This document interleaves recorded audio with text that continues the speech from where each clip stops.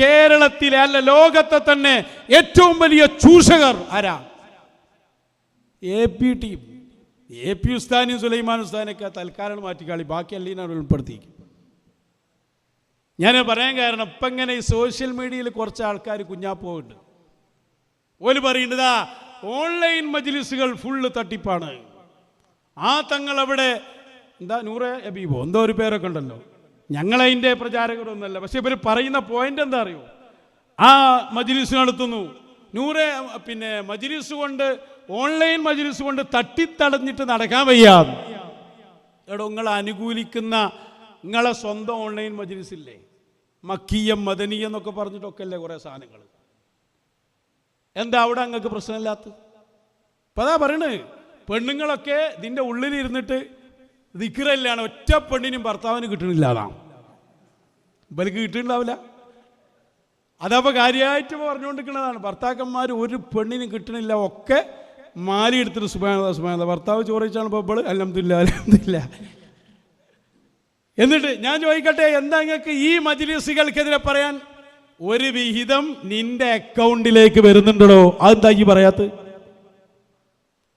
അവനവന്റെ അക്കൗണ്ടിലേക്ക് വിഹിതം വരുന്ന ഓൺലൈൻ മജ്ലിസുകളെ നിലനിർത്തൽ ഇത് എടുത്ത സംഗതിയാണ്.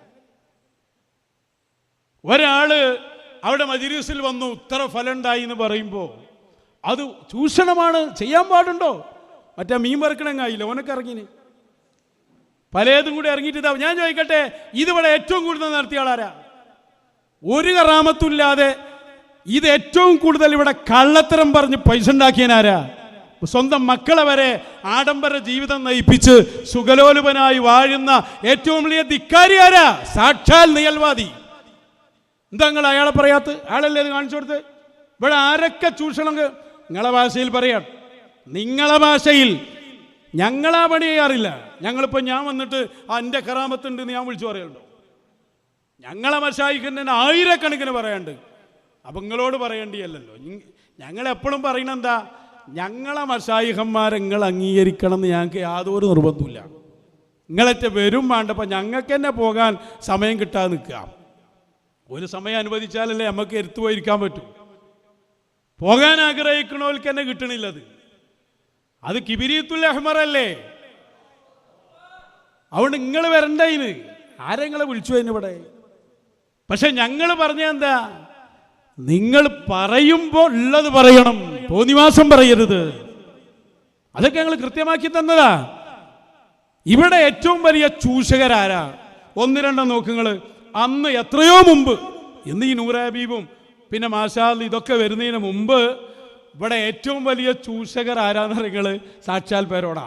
അയാൾ അതൊക്കെ കാണിച്ചു കൊടുത്ത് അയാളെ സ്ഥാപനത്തിന് കറാമത്തുണ്ട് എന്നാണ്. കല്ലിനും മുള്ളിനും ഒക്കെ ഇങ്ങനെ കറാമത്തുണ്ടാക്കിയ ആൾ അയാൾ. അന്നത്തെ ഒരു പഴയ പ്രസംഗം വെച്ചു കൊടുക്കും.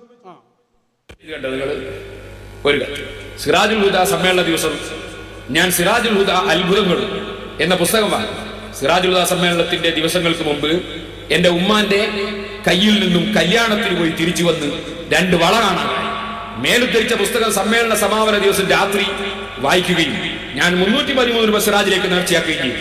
അൽഹംദുലില്ലാ, എന്റെ സഹോദരന്റെ ചെറിയ മകൾ സ്വപ്നത്തിലൂടെ വളയുള്ള സ്ഥലം കാണുകയും രാവിലെ തന്നെ മറ്റൊരു വീട്ടിന്റെ മേലത്തെ റൂമിൽ വെച്ച് സ്വപ്ന ദർശനം കണ്ട പെണ്ണ് സാധനം എടുത്തു തരികയും ചെയ്തു എന്ന് പുതിയപുരയിൽ അബ്ദുൽ ഖാദിർ ഇൻഡെക്സ് ബനിയൻ ചാവശ്ശേരി നേർച്ചയാക്കിയ ഇയാള് ഈ ചങ്ങാതിയാണ് ഈ പതിവുണ്ടാക്കിയത്. സ്വപ്നം കണ്ടു റസൂലുള്ളാഹി സ്വല്ലല്ലാഹു അലൈഹി വസല്ലം സ്വപ്നം കണ്ട പിശാചാവെന്ന് പറഞ്ഞ ആളാണ് ഇയാളെ സ്ഥാപനത്തിന്റെ കറാമത്തായി സ്വപ്നം പറയുന്നത്. ഒരു ബുക്ക് തന്നെ ഇറക്കി, സിറാജുൽ ഹുദയും അത്ഭുതങ്ങളും. ഒരു ഓൺലൈൻ മജ്ലിസും ഇറക്കിയിട്ടില്ല, ഒരു മൊയ്ലിയാരും ഒരു തങ്ങളും ഇറക്കിയിട്ടില്ല. ഏറ്റവും വലിയ ചൂഷകൻ സാക്ഷാൽ പേരോടാണോ? അയാൾ അതിന് മാതൃക കാണിച്ചു കൊടുത്ത് ഈ പറഞ്ഞതിൽ ഏതെങ്കിലും സത്യം ആയ കറാമത്തുണ്ടാവോ? കറാമത്ത് ആർക്കാണ്ടാകുക? വലിയനല്ലേ? ഇയാൾ ഇസ്ലാമിൽ തന്നെ ഉണ്ടോ? ഇവനെങ്ങനെ കറാമത്തുണ്ടാകുക? അപ്പൊ ഈ ബുക്ക് ഇവിടെ ഇറക്കി. ഇതാണ് ഒന്ന്. ഇതടുത്ത് സ്വലാത്ത് നഗർ അത്ഭുതങ്ങളും. ഹുസൈനാരെ കുറ്റം പറഞ്ഞ ഈ ദുരന്തം നടന്ന ദുരന്ത ഭൂമിയിൽ എങ്ങനെ അത്ഭുതങ്ങൾ ഉണ്ടായി? ഇങ്ങനെ ബുക്കിറക്കിയ ഒരു മജ്‌ലിസും ഇവിടെ ഇല്ല. നിങ്ങളാ അതിൻ്റെ ആൾക്കാർ ഒക്കെ ഒരേ കണക്കന്നെ. പിന്നെ എയർപിൻ നിങ്ങൾക്ക് ഓർമ്മല്ലേ കറാമത്ത് കട്ടത്, അതുകൂടി കാണിച്ചു കൊടുക്ക്. അപ്പൊ അദ്ദേഹത്തിന്റെ ആ പെണ്ണിന്റെ ബാപ്പ 500 രൂപ സിറാജ് ഉള്ളിൽ നിറച്ചു. എയർപിൻ അങ്ങനെ തന്നെ കേറി വന്നിട്ട് വായി വിടാൻ പുറത്തു വെച്ചു. ബേജാറായി. അപ്പൊ അദ്ദേഹത്തിന്റെ ആ പെണ്ണിന്റെ ബാപ്പ 500 രൂപ സിറാജ് ഉള്ളിൽ നിറച്ചു. എയർപിൻ അങ്ങനെ തന്നെ കയറി ഓട്ടോറിക്ഷ വിളിച്ച് പുറത്തു കൂടി ജാതിൽ പോന്നു. ഇവിടെ ഞാൻ പറയുന്ന ഇവർ ചെയ്യുന്ന വിരോധാഭാസം വേറൊരാൾക്കാരെ പിന്നിൽ പോയിട്ട് ചൂഷകര് എന്തെല്ലാം വിളിച്ചു പറയാ, ജിന്ന് മഹദറാദ്. ഈ ജിന്നൊക്കെ ഏറ്റവും കൂടുതൽ പറഞ്ഞ ഈ ചെങ്ങായ്യ. ചെക്കിയാട് ബീവിൻ്റെ അടുത്ത് ഒരാൾ പോയി. അപ്പോൾ ബീവി പറഞ്ഞു പേരോടിൻ്റെ അടുത്ത് വന്നു. അപ്പോൾ ഇയാൾ പറഞ്ഞു ഞാനല്ല, എൻ്റെ കോലത്തിൽ ജിന്ന് പോയതാണ്. അപ്പോൾ വഹാബി പറഞ്ഞു ഇനി ഏത് പെണ്ണും പേരോട് വന്നാൽ ജിന്നാന്ന് മനസ്സിലാക്കിയാൽ മതി. ഇതൊക്കെ ഇവിടെ കഴിഞ്ഞു പോയതല്ലേ. സിറാജുൽ ഹുദയിൽ ദിക്റുകൾക്ക് നടത്തുമ്പോൾ ജിന്നുകൾ വന്ന ചരിത്രം ഇയാൾ പറഞ്ഞിട്ടില്ലേ?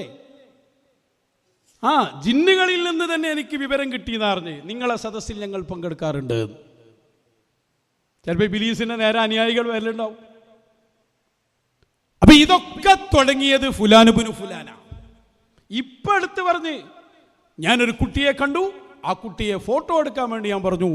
കാരണം ഞാൻ മന്ത്രിച്ചു കൊടുത്തപ്പോൾ ആ കുട്ടിക്ക് എന്താണോ ഈ പൊട്ടപ്പോഴത്തെ ഇയാളെ പോലെ പറഞ്ഞാരും ഇവിടെ ഇല്ല. ആ കൂടി വന്നോട്ടെ. അതാ ആവശ്യപ്പെടുകയും ചെയ്തു. ഇത് ബുഖാരിയിലെ ഹദീസല്ലേ. അപ്പൊ ഖുർആൻ കൊണ്ട് ശിഫയുണ്ട്, അത് വിശ്വസിക്കണം, അത് വിശ്വസിക്കാതിരിക്കണ്ട. സുബ്ഹാനല്ലാഹ്, മിനിഞ്ഞാന്ന് എൻ്റെ അടുക്കൽ വില്യാപ്പള്ളിയിലുള്ള ഒരു ചെറുപ്പക്കാരൻ വന്നു. ഞാൻ ക്ലാസ് കഴിഞ്ഞ് ഇറങ്ങുമ്പോൾ അദ്ദേഹം വന്ന് നിൽക്കുന്നു. അദ്ദേഹത്തിന്റെ ഫോട്ടോ എടുക്കാൻ ഞാൻ പറഞ്ഞു. അദ്ദേഹത്തിന്റെ കൂടെ ഒരു ചെറിയ കുട്ടിയുണ്ട്, ആ കുട്ടിയുടെയും ഫോട്ടോ എടുക്കാൻ പറഞ്ഞു. അദ്ദേഹം എന്നോട് പറഞ്ഞു ഈ കുട്ടി വയറ്റിലുള്ള സമയത്ത് ഡോക്ടർമാർ ഈ കുട്ടിയെ എടുത്തു കളയണം എന്ന് പറഞ്ഞതായിരുന്നു. നിങ്ങളോട് വന്ന് ഞങ്ങൾ ആ സങ്കടം പറഞ്ഞപ്പോൾ നിങ്ങൾ പറഞ്ഞു എടുക്കണ്ട. ഞാൻ ഡോക്ടർ പറഞ്ഞതിനെതിരിൽ ഇയാൾ പറഞ്ഞു നടന്നു എന്നുള്ള പച്ച നുണ. ഇയാൾ കൊണ്ടുവന്ന ഫോട്ടോ എടുക്കാൻ പറഞ്ഞിട്ട് പരസ്യം നടത്തി ചൂഷണം നടത്തുന്നതിൽ നിയൽവാദിയെ പോലെ ആരുണ്ട് ലോകത്ത്? അതിന് മറുപടി ആദ്യം പറയും, എന്നിട്ട് മതി മറ്റുള്ളവരെ പഠിപ്പിക്കാൻ. ഞങ്ങൾ പറഞ്ഞതൊന്നുമല്ല, ഞങ്ങൾ പറഞ്ഞ അതൊന്നുമല്ല. ഞങ്ങൾ പറഞ്ഞ കറാമത്ത് ആരെ കറാമത്താ? ഞങ്ങൾ പറഞ്ഞ കറാമത്ത് ഒരു ദിവസം തന്നെ ആയിരക്കണക്കിന് കറാമത്തുകൾ സംഭവിക്കുന്ന ശൈഖുൽ മശായിഖ് ശൈഖ് മടവൂർ ഖദ്ദസല്ലാഹു വടകര മുഹമ്മദ് ഹാജി തങ്ങളുപ്പാപ്പ റളിയല്ലാഹു അൻഹു ആ കറാമത്ത് ഞങ്ങൾ പറഞ്ഞപ്പോ അവിടെ അയാൾ കൊണ്ടുവന്നിട്ട് എന്ത് പറഞ്ഞേ? അത് പറയാൻ പാടില്ല, മൗസൂഖും ബിഹിയായ ഇമാമാകണം. എന്തെല്ലാം സിഫത്തും വിശേഷനും ഉണ്ടാക്കി. എന്നിട്ട് ഇയാളുടെ ഏർപ്പിനൊക്കെ ഒരു മടിയില്ലാതെ പറഞ്ഞും ചെയ്തു. അപ്പൊ ചൂഷകരിൽ ഏറ്റവും വലിയ ചൂഷകർ ഇവരാണ്. ഞങ്ങൾ ആവർത്തിക്കുന്നു, ഞങ്ങൾ പറഞ്ഞ കറാമത്തിനൊക്കെ ഞങ്ങൾക്ക് തെളിവുണ്ട്. ഇപ്പൊ ഞാൻ ഇന്നലെ ഒരു ചങ്ങായി ഒരു ക്ലിപ്പ് അയച്ചു തന്നു. നിങ്ങൾ വൈരുദ്ധ്യം പറയുന്നു. ഒരു ക്ലിപ്പിൽ നമ്മൾ പറയുന്നുണ്ട്, ഇമാം നബവി തങ്ങൾ പറഞ്ഞിട്ടുണ്ട് വിശ്വസ്തനായി സ്ഥിരപ്പെടണമെന്നില്ല, ഒരാളുടെ ചരിത്രം പറയുമ്പോൾ അത് സ്വീകരിക്കാൻ. അതങ്ങനെ തന്നെ നിയമം. ഒരാൾ ഒരു താരീഖ് പറയാണ്, താരീഖ് പറയുമ്പോൾ ചരിത്രം പറയുമ്പോൾ ഹദീസ് സ്വീകരിക്കാൻ വിശ്വസ്തനാകുന്ന രൂപത്തിലുള്ള ഒരു വിശ്വസ്തനാകണമെന്നില്ല. ദഈഫായാലും കുഴപ്പമില്ല, ദഈഫായ ചരിത്രവും സ്വീകരിക്കാം. അങ്ങനെ തന്നെയാണ്, അതിലാർക്കാ തർക്കം? അതേ സമയത്ത് ദഈഫിന്റെ അപ്പുറം പോകാൻ പാടില്ല. അതേതാ? മൗദൂ, കള്ളത്തരം പറയുന്ന ആളാണെന്ന് ഉറപ്പായാൽ അവന് സ്വീകരിക്കാൻ പാടില്ല. അതാണ് നമ്മൾ പറഞ്ഞു കൊടുക്കുന്നത്. ഒരാളെ ഞങ്ങൾ കണ്ടു, മടവൂർ കാഫിരിയിൽ പറഞ്ഞ ആളെന്നെ, പക്ഷെ അയാളെ കുറിച്ച് പഠിച്ചു നോക്കുമ്പോൾ അയാൾ വിശ്വസ്തനല്ല എന്ന് പറഞ്ഞാൽ ചരിത്രം സ്വീകരിക്കാൻ പറ്റിയ രൂപത്തിലുള്ള വിശ്വസ്തൻ പോലുമല്ല. ഉദാഹരണം പറയുന്നത് നേൽവാദിയാണ്, മൗദൂആണ്, എടുക്കാനേ പാടില്ല. എന്തിനാ ഞങ്ങൾ രണ്ട് സന്ദർഭത്തിൽ പറഞ്ഞു, ഇത് 2 സെക്കൻഡ് എടുത്ത് അതാ നിങ്ങളെ ദഅവത്ത്. എന്നിട്ട് അതിലൊരു ക്ലിപ്പും വെച്ചിന്, ഞാൻ അവിടെ അതും പറയും ഇവിടെ അതും പറയും. അതേതാ സംഭവം എന്നറിയോ? പേരോട് പറഞ്ഞ വാക്ക് ഞാൻ ഉദ്ധരിക്കാം.